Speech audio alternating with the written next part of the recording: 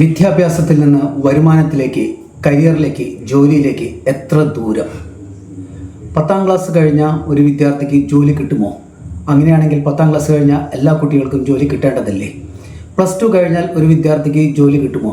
അങ്ങനെയാണെങ്കിൽ +2 കഴിഞ്ഞാൽ എല്ലാവർക്കും ജോലി കിട്ടേണ്ടതല്ലേ?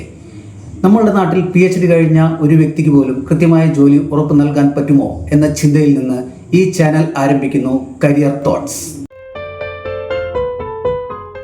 എങ്ങനെയാണ് ഒരു കുട്ടി വിദ്യാഭ്യാസത്തെ അല്ലെങ്കിൽ പഠനങ്ങളെ ഉൾക്കൊള്ളുന്നത് എന്നതാണ് നമ്മളുടെ ആദ്യത്തെ ചോദ്യം.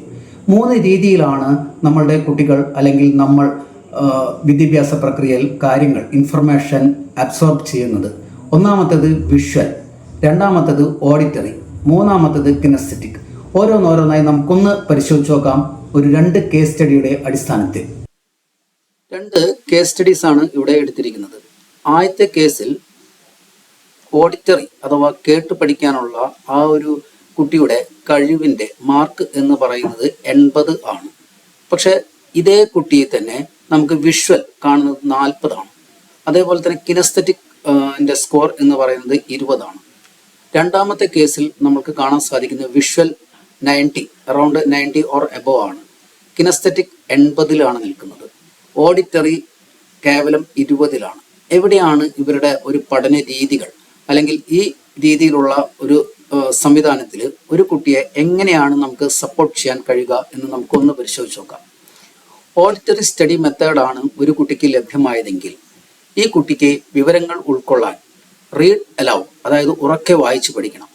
നമ്മൾ പഠിച്ച കാര്യങ്ങൾ റെക്കോർഡ് ചെയ്ത് വീണ്ടും വീണ്ടും കേൾക്കുന്ന ഒരു സംവിധാനമായിരിക്കണം നമുക്ക് ഈ കുട്ടിയുടെ പഠന രീതിയിൽ ഉൾപ്പെടുത്തേണ്ടത്.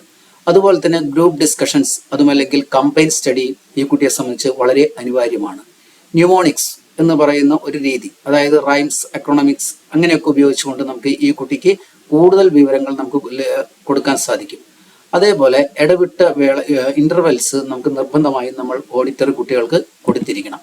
മറിച്ച് വിഷ്വൽ സ്റ്റഡി മെത്തേഡ് ആണെങ്കിൽ ഈ കുട്ടിക്ക് പഠിക്കാൻ എളുപ്പമുള്ള രീതി എന്ന് പറയുന്നത് ഡയഗ്രംസ്, ചാർട്ട്സ്, ഗ്രാഫുകൾ, അതേപോലെ തന്നെ വീഡിയോസ്, ഇതൊക്കെ വെച്ച് പഠിപ്പിക്കുന്ന രീതിയായിരിക്കും വളരെ മനോഹരമായിട്ട് കൊണ്ടുപോകാൻ സാധിക്കുക. അതേപോലെ തന്നെ കളർ കോഡിംഗ്, മൈൻഡ് മാപ്പ് എന്ന് പറയുന്ന ആധുനിക സംവിധാനങ്ങളും വളരെ അനിവാര്യമാണ്. കിനസ്തെറ്റിക് സ്റ്റഡി മെത്തേഡ് ആണെങ്കിൽ നമുക്ക് നടന്നു പഠിക്കുന്ന ആളുകൾ നമുക്ക് കാണാൻ സാധിക്കും. അതേപോലെ തന്നെ റോൾ പ്ലേയിങ് ആൻഡ് സിനാരിയോസ് എന്ന് പറയുന്ന രീതി ഉപയോഗിച്ചുകൊണ്ട് നമുക്ക് എന്ത് ചെയ്യാൻ പറ്റും, കുട്ടിക്ക് പെട്ടെന്ന് കാര്യങ്ങൾ അബ്സോർബ് ചെയ്യാൻ പറ്റും. അതേപോലെ തന്നെ മറ്റുള്ളവരെ പഠിപ്പിക്കുന്ന രീതിയിൽ കുട്ടി പറഞ്ഞു പഠിക്കുകയാണെങ്കിൽ അവന് പെട്ടെന്ന് ഉൾക്കൊള്ളാൻ സാധിക്കും. അത് rocking chair, studying while walking, ഇതെല്ലാം തന്നെ ഈ ഒരു കുട്ടിയെ സംബന്ധിച്ചിടത്തോളം അവൻ്റെ പഠന പ്രക്രിയയ്ക്ക് വളരെ വേഗം കൂട്ടാൻ നമുക്ക് സാധിക്കും. നമ്മുടെ കുട്ടി കിനസ്തെറ്റിക് ആണോ, ഓഡിറ്ററി ആണോ, വിഷ്വൽ ആണോ അവൻ്റെ പഠന രീതി എന്ന് നമ്മൾക്ക് തിരിച്ചറിഞ്ഞു കഴിഞ്ഞാൽ ആ ഒരു കുട്ടിക്കും അവൻ്റെ അധ്യാപകനും അവൻ്റെ രക്ഷിതാവിനും പഠന പ്രക്രിയ എന്ന് പറയുന്നത് വളരെ എളുപ്പത്തിലാക്കാൻ സാധിക്കും. എങ്ങനെയാണ് നമുക്ക് നമ്മളുടെ കുട്ടി ഈ പറയുന്ന ഏത് കാറ്റഗറിയിൽ വരുന്നു എന്ന് നമുക്ക് അറിയാൻ സാധിക്കുക? ഇന്ന് നിരവധിയായിട്ടുള്ള ടെസ്റ്റുകൾ നമുക്ക് ലഭ്യമാണ്. അതാത് സ്കൂളുകളിലെ കരിയർ കൗൺസിലറിനോട്, കരിയർ കൗൺസിലിങ്ങിൻ്റെ ചുമതലയുള്ള അധ്യാപകനോട് ചോദിച്ചു കഴിഞ്ഞാൽ വ്യത്യസ്തമായ ടെസ്റ്റുകളെ പറ്റി മനസ്സിലാക്കാൻ സാധിക്കും. ഒപ്പം നമ്മളുടെ അടുത്തൊരു വീഡിയോയ്ക്ക് വേണ്ടി വെയിറ്റ് ചെയ്യുക. Bye bye.